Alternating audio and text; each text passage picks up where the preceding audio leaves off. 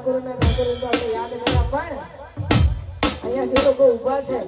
એ બધા માટે એક ગીત ગાવું છે પછી અહીંયા અમારે દેહાને બધું ગમ્યું એટલા માટે